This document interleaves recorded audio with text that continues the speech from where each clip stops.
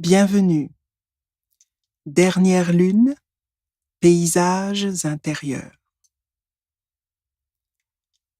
Les poèmes de cette lune nous livrent les paysages de l'imaginaire poétique césarien. Paysages du dedans, mondes intérieurs où le poète se voit en grand serpent.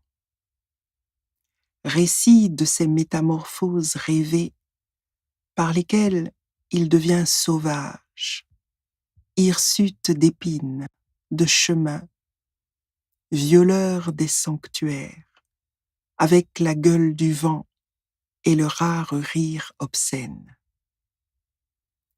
Paysages du dedans, qui entrent en correspondance avec ceux du dehors.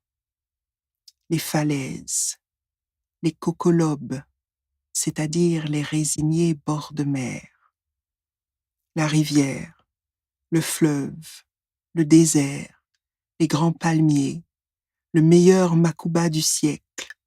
Entendons le tabac de qualité cultivé jadis à Macuba, petite commune du nord de la Martinique. Le poète voyage au cœur de lui-même, et le poème se fait récit de voyage.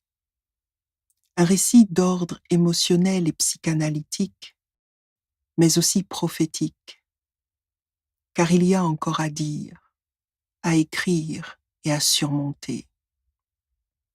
Encore des défis à endurer et des blancs à remplir sur la carte voyageuse du pollen. Cette lune et le recueil s'achèvent sur le ton de l'espoir du poème en vérité.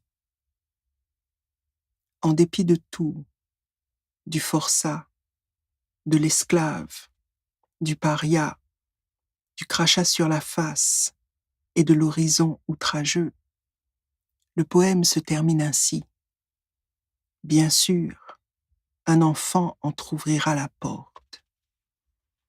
Autrement dit, malgré toutes les raisons objectives et légitimes que nous avons de douter, voire de désespérer, de nous-mêmes et du monde, il faut garder confiance en l'avenir.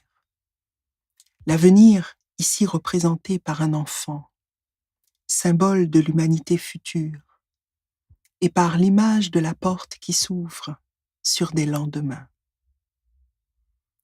Les points de suspension par lesquels s'achève le vers final signifient que ces lendemains, encore indécis, restent à construire pour que vienne enfin le temps de l'émancipation.